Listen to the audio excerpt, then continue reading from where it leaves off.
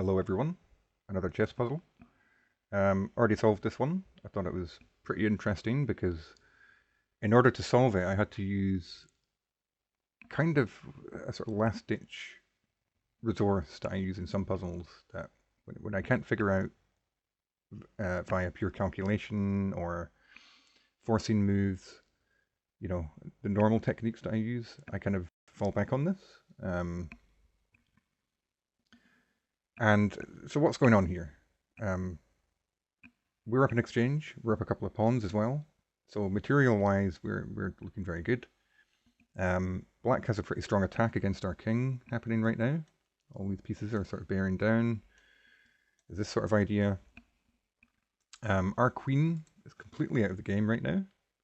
Um, in order to get back in the game, we'd have to probably come this way, back here. It's going to take us a few moves to mobilize the queen. These pieces are out of the game. It's a pretty dangerous looking position. In addition to that, the black king right now is safe. We have no checks. So what forcing moves do we have here? Well, the most obvious one is rook takes rook, but that just fails immediately to force checkmate. What else is there? Like, there's no good knight move. In fact, we can't move the knight anyway because, then our rook just falls. And yes, essentially his knight falls, but then he's just checkmating us. So it's a really tricky one, this, I think. If you want, I would pause the video here if you want to and see if you can figure out what the right move is here, because I had to use a technique that I don't use very often. So what is the technique? Well, if all else fails, you've tried the calculation, the forcing moves, everything else, what I sometimes do is just look at the pieces and, like, which pieces of mine are bad? Well, the queen's bad, this bishop's bad, this rook's bad. These guys are kind of doing something, so let's look at the other ones. So I looked at it for a while, and what I spotted was that this bishop here, what square would we want that bishop on? If we could pick any square on the board, where would it be most useful? And I looked at that for a while, and I thought, if this bishop was here, wouldn't that just solve all the problems in the position? It would be blocking the attack on our rook, which leads to checkmate. It's blocking the bishop as well. It's also defending the pawn. It's doing a lot of different things at the same time. And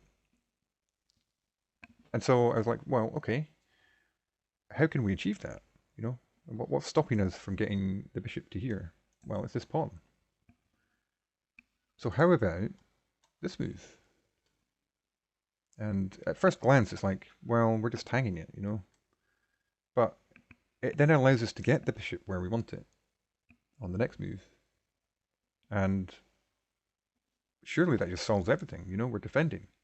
And in this position, there isn't really any other ideas. And, we can calculate this a bit more. So here, what are the options there?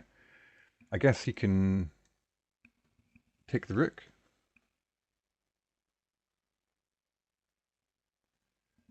But we can just take it back now because the pawn's now blocking this idea. So if we do this, if he takes the rook, we just take it. We're exchanging pieces. That's good for us. The more pieces we exchange when we're up material, the better. He then has to take. And then, he's now got the threat of checkmate again. But now, maybe our rook can come in and defend. Maybe we're just hanging on there, Then he can bring the knight in. How do we defend that?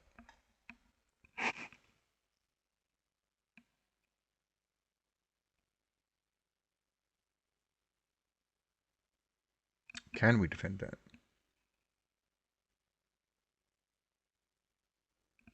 Actually, here, rook takes, knight takes, bishop takes. We just take the bishop. knight here actually defends this pawn. So he can't take it. So yeah, that's looking pretty good for us, I think. So let's play some moves. It is the right move. The bishop takes. We bring the bishop out. This is the move we saw. That sort of solves all the problems. He takes. This is where it gets interesting again, because we've got a few options here. You know, we can take with this pawn. We can take with the rook. We can potentially double up the rooks. Although I think that just fails to this. Yeah, that's just, we're getting checkmated. So what's the correct move here? So it's between this and this. And this is tricky. And this came down to another sort of technique, which is just basically falling back on intuition. What do we want to do here? We want to try and exchange as many pieces as possible. And I sort of looked at this for a while. I couldn't really see... Both of the moves look like they're defending to me. Like, I don't see how he can follow up and immediately checkmate us. But the difference is, for me anyway, this move sort of is questioning this rook. What are you doing now? You know, and it probably... The move that makes the most sense for him probably is just to exchange. And then, you know, we're just getting down to a few pieces left, you know. We're still up in exchange. Our rook's going to come into the game, you know. I think we're surviving. So that's why I eventually picked it. And what I didn't see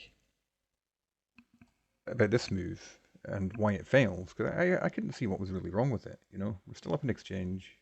What's black's defense, you know, against us just sort of trying to exchange all the pieces?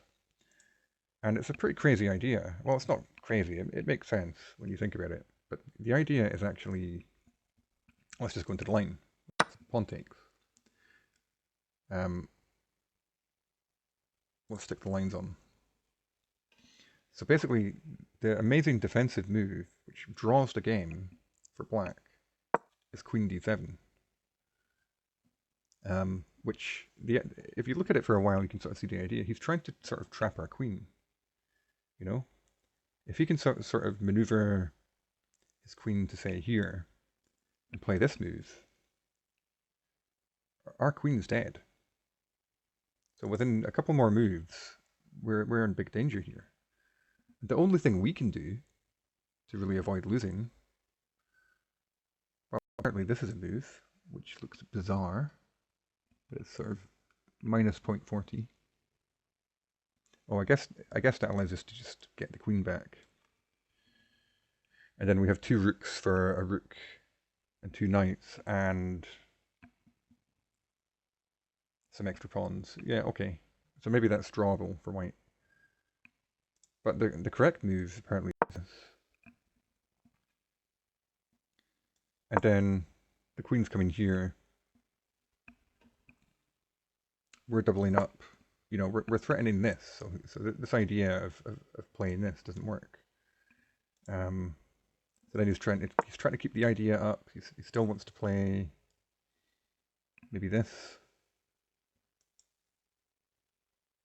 But then we come over here.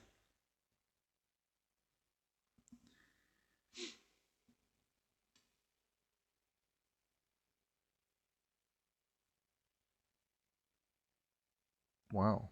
So then he comes here. We give up the queen anyway. This is just crazy. So we give up the queen for a couple of pieces. Apparently that's a draw.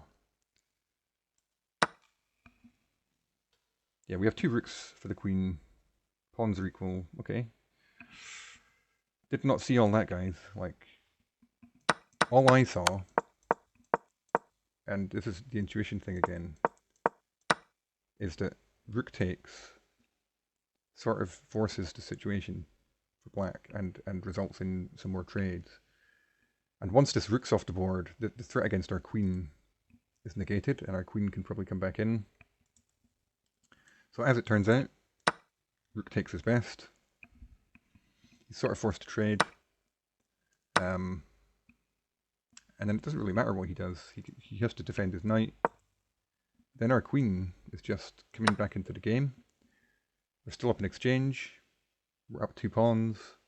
We've got a passer. It's just a win. So yeah, thought that was a cool one. So 2 key things here. This is quite an unusual puzzle. It's